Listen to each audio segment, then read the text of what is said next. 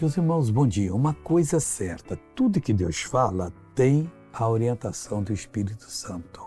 Se não tiver, você pode ter certeza que alguma coisa errada está acontecendo.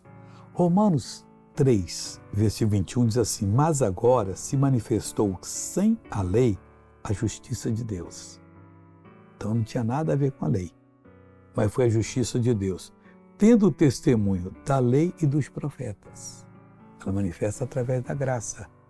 Mas está escrito na lei e também no livro dos profetas aquela promessa. E quando você lê, você sente que aquilo ali é verdade para você. Então assim é que Deus quer que nós vivamos.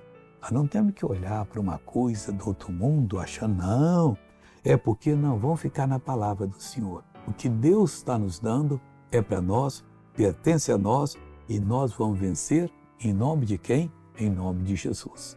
Veja essa pessoa que venceu, olha que bênção recebeu, eu já volto para orar com você. Eu tinha que botar prótese nos 2 joelhos, não tinha mais jeito.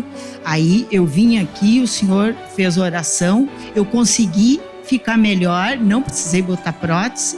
E tinha 8 bicos de papagaio. Fiz exame, não tinha mais. Antes eu não podia caminhar. E descer a escadaria eu tinha que me agarrar. E eu subi ali sem me agarrar. Deus curou hoje aqui.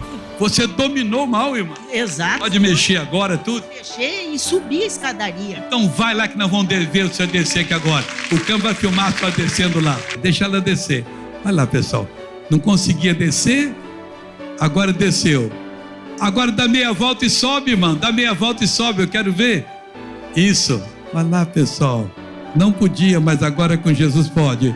Ela tornou-se uma dominadora. Deus abençoe. Glória a Deus. Agora eu quero orar. Não importa o seu problema. Pai, primeiramente eu oro por essa pessoa que está com mal muito sério na cabeça, no couro cabeludo. E eu digo, mal, saia desse couro cabeludo agora, em nome de Jesus. E sai também da vida dela, de qualquer parte. Em nome de Cristo. Amém.